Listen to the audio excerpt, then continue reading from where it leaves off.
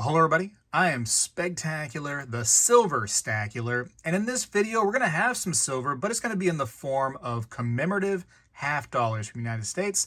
And man, I'm on this journey and I hope that you keep on watching while I'm trying to collect as many as I can. It's getting tough. There's a lot of expensive ones out there and I want to try to keep them in decent condition for sure. Sometimes with the prices, I might have to come down on condition a little bit just to get the piece. Maybe later on I can go ahead and get a better coin, but I'm trying to fill the spots, I'm trying to go slowly. So this is kind of where I am right now. I have a few that I'm going to add to my collection. I'm going to show you what I got, and let's talk about the classic United States commemorative half dollars. Well, hello everybody. I seek to educate and entertain through my journey of collecting coins and stacking precious metals. I encourage you to subscribe and please stay with me on this journey. I am Spegtacular, the Silver Stacular. So I have several half dollars that are like this right here. They're just, not graded. They're in, junky condition. This one right here is a cleaned Columbian Exposition half dollar. And that's fine, don't get me wrong. I'm not mad at it. I'm just trying to go for a certain thing here. I'm trying to get some that are actually graded. And so that's just to kind of stay with the collection. I'm not going with all NGC. I'm not going with all PCGS. I'm not going all with new holders, just things that are actually, graded in a slab. That way it's just easy for me to see and I can move them around and I'm not damaging them. That's just what I'm doing for this collection. So just a little FYI. And these are the ones that I've gotten thus far. Let me try to move them all into the picture here. And been very happy with what I've been able to get and accomplish. Like that one that I showed you, that Columbian Exposition, I have those. I need to get those though graded in decent quality, and that's kind of the goal there. Now, on to the new ones that I've gotten. I do have a double or two that I'm going to be showing off. So what am I going to do with the doubles? I don't know yet. I was actually looking at this. This is one that I picked up today. This is a San Diego MS65 graded by PCGS. This is in one of the old holders right here, as you can see. And man, I tell you what, this coin looks great. And I want to show you the San Diego that I already have. It is a San Francisco right here, S San Diego. And actually, looking at it, so this is a 65 according to PCGS. This is a 66 according to NGC. You tell me which one looks better. The strike and everything to me looks really, really nice. And the luster is just phenomenal on this 65 right here. Am I crazy for saying that? It's tough. It's close for sure. There might be some really minor differences that I'm not really seeing. I do see almost like some smudging or maybe like fingerprinting that's on the obverse right here. And I think I saw one on the reverse. I'll go flip it over now. We're going to look at the reverse. You can see here above the word San Diego, it's almost like a fingerprint was there. Like somebody grabbed it right there in the obverse. And we look over here and it's just a little bit more, quality, I guess. But the luster itself and the just the overall appeal of the coin on this one right here, the eye appeal is just phenomenal in comparison, I think. I don't know. It's very interesting that they gave it the grade they did. Now, a lot of times these older holders, they end up, they were a little bit more conservative on their grading. Rumor has it, and sometimes that is true. Sometimes they're graded right, but this is a great coin. I'm happy to have it. I paid 65 prices for it, so hey, either way, I think I'm okay. On to the new ones. Very common, these ones right here, and I'm going to show you both because I actually picked up both. I went into a coin shop and they had these right here, old Booker T. Washingtons. And I was looking at both. One had a better obverse, one had a better reverse. They're both priced the same, $40. And it's a little bit older of a slabs. Both are kind of like different generations for sure. And you can see how they worded it different, even though it is the same type of coin. 1946 Booker T. Washington, both in MS65 condition. Here they just did BTW, and then they wrote out BT Washington on the other one. But very cool. NGC graded. I don't know if I mentioned that, but there it is again. And yeah, I feel like just one had a better obverse and one had a better reverse. Why did I just not... Did I just flip them the same? There we go. Okay, yeah. There you go. From Slave Cabin to Hall of Fame, Booker T. Washington. But either way, they were $40 each. And I said, hey, that's a cool price. I'm thinking about getting one. And the shop owner said, hey, how about 35? And I said, well, for 35, why don't I just get both for 70? Why not, right? So I have two now. I guess I'll pick my favorite and add it to the collection and hold on until I maybe find another Booker T. Washington that maybe in a better condition, or maybe I just keep this one. I don't know. Apparently, you look in your red books or look in your market review for this information, but Booker T in a 67 adds like $4,000 something to it. It's kind of crazy to jump right there. I don't have a book right here close to me, but if I did, well, actually I do have a market review. It's an old one, but let me go to Commemorative and see if I can find it real quick. I couldn't believe that jump in price. All of the Commemoratives have kind of been going up for the most part. Let's see, Booker, what was the date on that again? Where am I? Right there, 46, Booker T. Washington. So here we go, Booker T. Washington. And you can see it's a plane, of course, Philadelphia. Boom, boom, boom, boom. Starts to go up, up, up, up, up. Of course, little by little, no big deal. Here we are at about a 65 right here. Yeah, it's a 65, so $41. So price pretty good. Then we go 66. We've jumped $40, so we've all like doubled our price right here. And then 67, $390. Look at that jump, huh? Now look at this. Look at that jump. If you can get the 68, whoo, $6,250. Crazy how some of the prices are. And that's with a lot of coins. I mean, just about every coin. You get to one or two notches close to perfect like that, especially old classic coins. Woo-wee, prices go up. All right, next. And this is a 1936 Cleveland. Look at that, old Cleveland. Looks nice, man. Says 63. It looks very, very nice. Nice strike on it. Can I get a little bit of a closer view, camera, please? Thank you. There we go. What do you think about that, huh? Pretty nice. Old Moses Cleveland.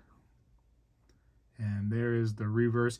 As far as the overall, like, just beauty of the coin itself, very kind of plain reverse. A little lackluster. But, you know, I mean, all you really see is like the Great Lakes and just kind of the design of them, and you know, it's okay for sure. But this coin itself, as the 63, I'm questioning that. It looks really nice, doesn't it? Regardless, and I can't remember the price. I'm sorry. I got this from an Instagram seller. I thought the price was pretty good at the time, and then we talked it down from that price to a little bit less, and I was happy with that. Don't get me wrong. But this is another one right here. A little bit kind of a nastier toning to it, but it's filling the spot that I need it for right now. So this is a MS65 graded by PCGS Roanoke. So there you go, older slab right there. But you can see some of the kind of the gnarly toning that's happening to it here. And there was a spot or two on the obverse as well. Let's go back to that. You can see here on this side of his face there. Just kind of a little darker kind of spotty toning. But regardless, this is a pretty cool coin. Happy to have it for sure. Add it to the collection. Better artwork, I will say, than the Cleveland for sure. Better artwork. But yeah, absolutely appreciate the Roanoke coin. Little rattler for you. You hear that? I don't want to rattle it too much, but that's why they call it a rattler, because it moves. Whereas the new generation PCGS, no rattling. But yeah, adding that to my collection, and even though Booker T was a cheaper coin, happy to have those for sure, filling those spots. I think the Columbian Exposition will be a cheaper coin too, and there's just some other coins too that are a little cheaper on that side. But yeah, man, building up that collection. Some people had asked me if I was still getting coins for the classic commemorative $50 journey that I'm on, and hey, what's the saying? Can't stop, won't stop. gonna keep trying. I need a bigger box to put all these in, because now all my slots that were in my little box are filled up. But yeah, man, just moving along. I'm looking at them, and oh, geez, this is $1. Just ignore this one right here, because this is the $half journey, right? But this is the commemorative dollar right here, the classic commemorative dollar, the Lafayette, 1900. I love this coin. I love this coin.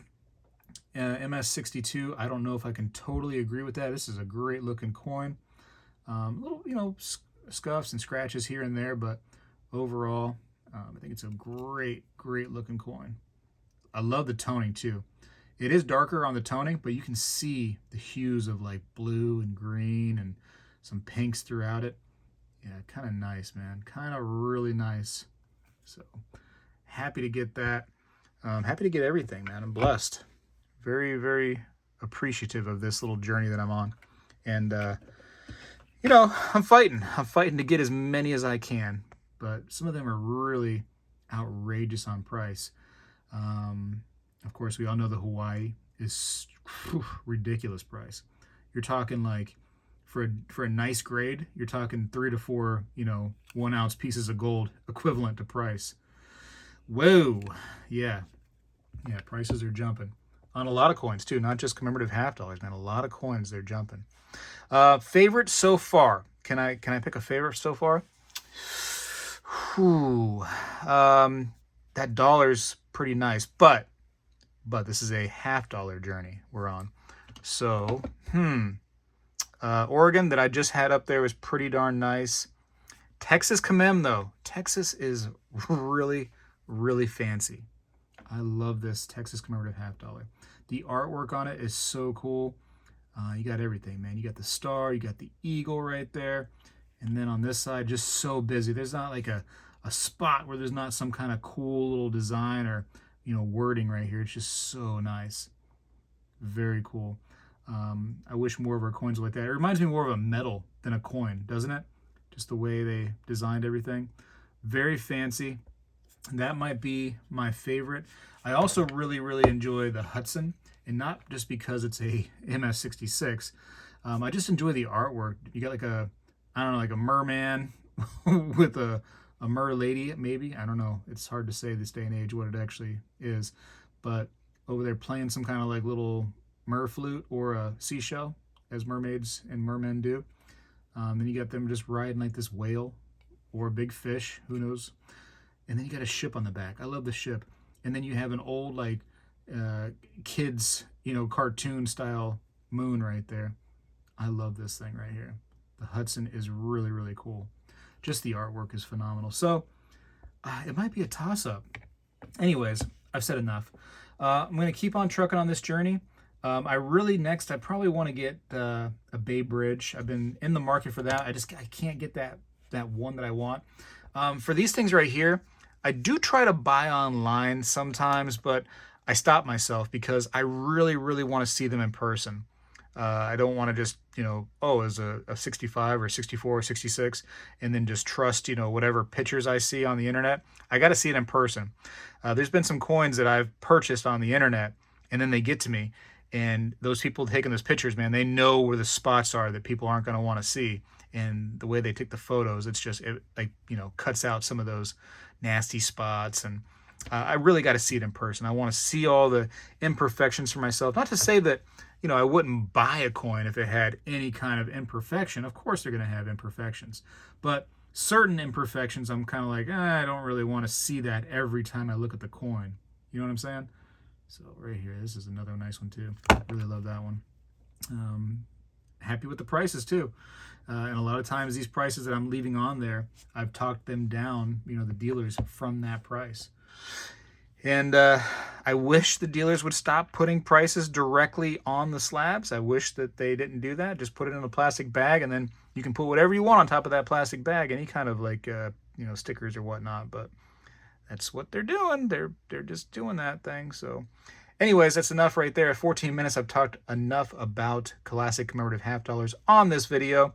If you want to see some of the other ones that I didn't show on this video, keep on the journey. I've got a whole playlist right now of my journey through this right here. And just yeah, hope you're on there with me, just at least watching. Maybe one day you'll be like, you know what, maybe I would like to have some classic commemorative half dollars. Maybe you don't want the whole set, maybe you just want certain ones, and that are fill your little heart, whatever you want to do.